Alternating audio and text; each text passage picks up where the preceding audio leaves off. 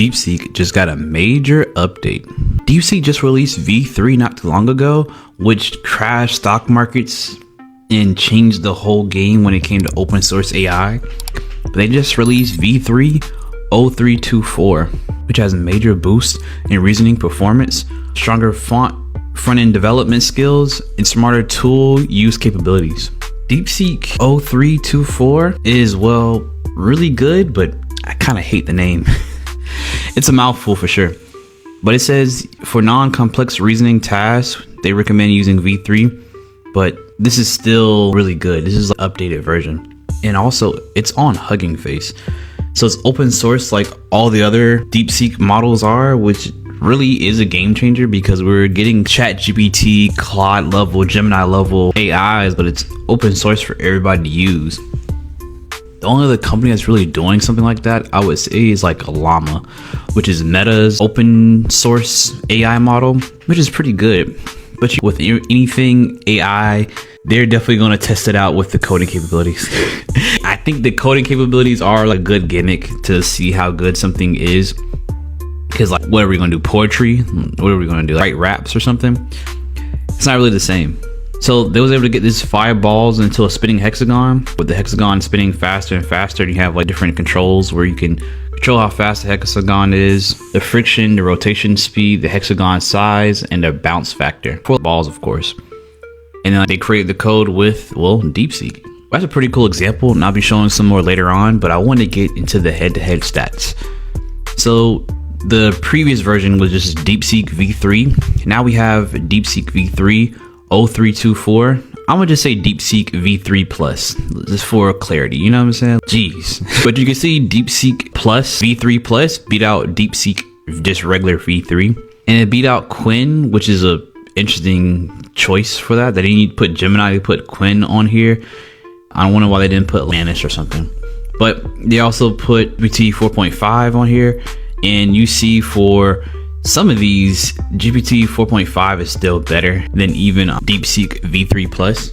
It's not a horrible thing, but you can see that only works in the first category and the second category, where these are different testing grounds for AI development. You can see that V3 Plus definitely does pretty good when it comes to other models, when it comes to Claude Sonnet, but it's not really beating out Claude. ChatGPT 4.5 is holding its own in the first 2 categories, but when it comes to math, it's beating out everybody. And when it comes to the last 2 ones, like the live code bench, it's still beating out everything. But I think this is interesting, but they didn't put Gemini on here. Even 2.0 Gemini 2.5 just came out. I just posted a video about that if y'all want to check that out. Gemini 2.5 came out, but that's not on here, of course, because they dropped at the same time. Wouldn't make sense. But they didn't even have Gemini on here at all.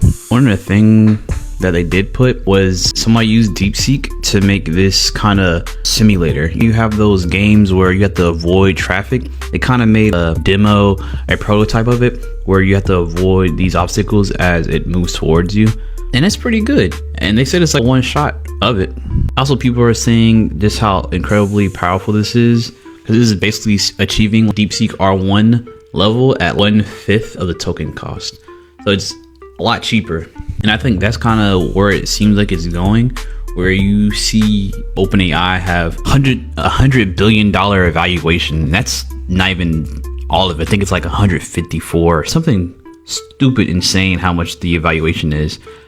But DeepSeek is a little less expensive, and it may not be as cutting edge. And I think that's where ChatGPT does have a leg up in, where they're always cutting edge. You see what they just did with the image generator, which is insane. They do have these models that are making these type of games. Not only that, they made another 3GS game, which is like a spaceship game, but it's like in 3D. So it's almost like Starship, but a 3D version of Starship, which is still pretty cool. Somebody also made like a roller coaster with this, where they made like a roller coaster that is like a simulator, which is decent. It has all the pictures, but it looks kind of weird looking. I guess for an example, for a prototype, to a proof of concept, it's not too bad, but it doesn't seem like it's a fun game necessarily. I think overall, DeepSeek is doing really well when it comes to making these models. I just think they just dropped almost at the worst time possible, because not only did Google Gemini 2.5 Pro come out on the same day, OpenAI had a live stream. They had a freaking live stream talking about the new image model that is in ChatGPT, which I may do a whole nother live stream testing out Gemini 2.5 Pro, OpenAI's new image generator, as well as I may be testing out DeepSeek's V3-324 to see how well it really is. I just think they dropped at the wrong time and just totally washed out any type of news really about them. It still got a decent amount of buzz on X, Twitter, but I just think all the hype went to Gemini 2.5 Pro, and it could have been by design.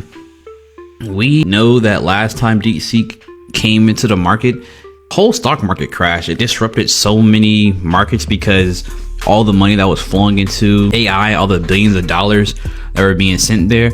And well, now it's like, well, why are we spending all this money if DeepSeek is coming in and able to do comparable stuff as far as with the deep thinking, the deep research functions in Gemini and in ChatGPT? Why are we putting so much money in this if China can do it and they don't have access to the same type of technology that we have in less funding? And guess what? The V3 Plus is also available open source on Hugging Face. Most of these more advanced models are not available for use for open source people, so we can't see the weights and how it's actually functioning in the back end. But either way, I think this is still pretty cool, especially for the open source community, because we have Gemma from Gemini, which is an open source, a lightweight model that can run your phone, and DeepSeek is still pretty good, but it's a little bit stronger, I feel like, than Gemma, and it's all open source. So we're getting a lot of open source love this week. Tell me down in the comment section down below what you think about your thoughts on how good you think DeepSeek is, and if you're interested in me going live, you should definitely comment down below live. Don't forget to like and subscribe. With that being said, your boy Dexter out.